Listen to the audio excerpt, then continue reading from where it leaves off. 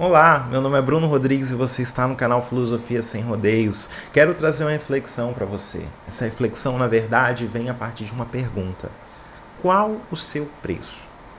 Talvez você ache essa pergunta muito estranha. Talvez você fale, como assim, qual o meu preço? Eu não estou à venda. Mas eu insisto nessa pergunta. Será mesmo que você não está à venda? Será mesmo que o dinheiro não pode comprar? Vou pegar uma citação aqui. Kant traz para a gente, no seu livro Religião dos Limites da Simples Razão, ele apresenta o seguinte ponto. Um membro do parlamento inglês, no calor da discussão, proferiu esta afirmação: cada homem tem o seu preço pelo qual se entrega.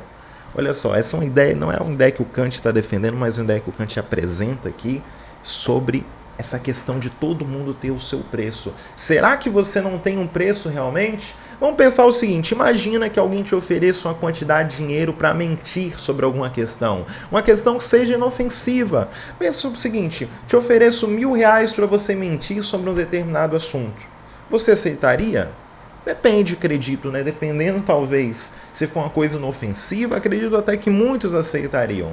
Às vezes até por menos, dependendo da necessidade, né? Porque também o dinheiro tem esse fator ainda importante, porque ele mexe com essa questão das nossas necessidades, né? Uma vez que o dinheiro compra tudo, né? Isso acaba, ele abre portas, abre privilégios e acaba sendo necessário para suprir certas coisas. Mas pensa, dependendo da quantidade de dinheiro para você mentir, você mente ou não? Pensa o seguinte, imagina que alguém te ofereça uma quantidade maior de dinheiro para você testar, por exemplo, um medicamento. Um medicamento novo que está entrando no mercado. Alguém te ofereça R$50.000 para você fazer esse teste.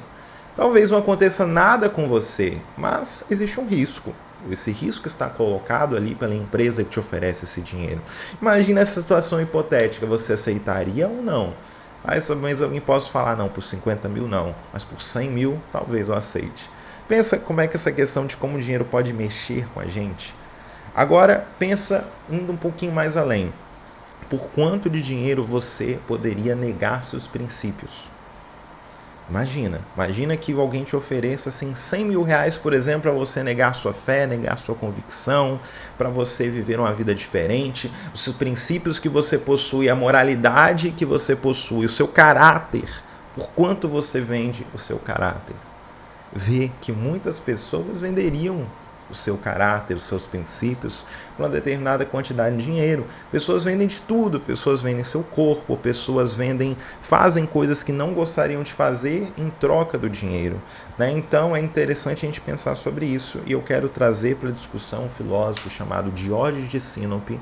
Eu tenho ele aqui no canal, um filósofo muito conhecido ali, pai da uma corrente chamada de cinismo, que eu quero discutir para a gente entender essa questão de como que a gente, sendo dependente do dinheiro, nos tornamos passíveis de sermos vendidos, de nos vendermos. Diógenes de Sinope era um filósofo que defendia o desprendimento completo dos meios materiais. Era um cara que vivia em um barril.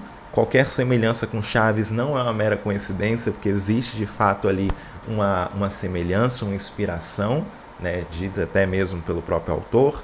Mas Diógenes, pensa nele, um cara que vivia desprendido dos bens materiais. A história conta que quando ele tinha apenas uma taça, mas depois que viu pessoas bebendo água sem ter a taça, usando as mãos, jogou sua taça fora, porque ele queria viver completamente desprendido de tudo. Era um cara assim, muito excêntrico, muito diferente. Pessoas o apelidavam de Sócrates louco, que era uma versão de Sócrates, mas uma versão mais radical, talvez. Agora, tem uma história muito interessante.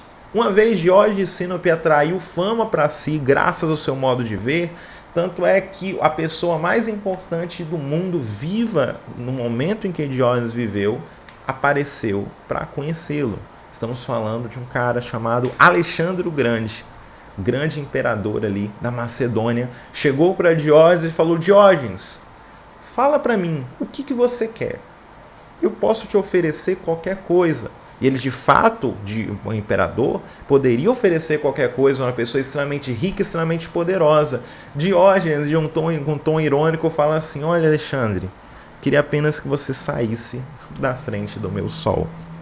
Essa é a resposta irônica que o Diógenes coloca, mas olha como é que isso se relaciona com o nosso tema. Diógenes, ele é um cara que, podendo escolher qualquer coisa, não escolheu nada dado ao seu desprendimento aos bens materiais.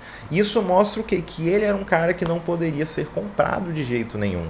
Porque se a gente está muito apegado às coisas materiais, às coisas que a gente precisa possuir, a uma ganância, uma ambição exacerbada, a gente talvez esteja sujeito a ser comprado por outras pessoas.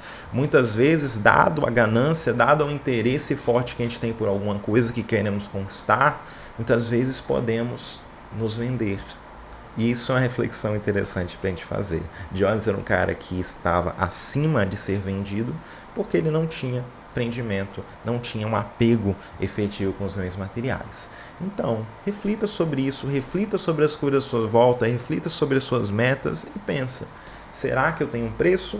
Por quanto será que quanto dinheiro precisam me oferecer para eu entregar meus princípios e entregar aquilo que eu acredito?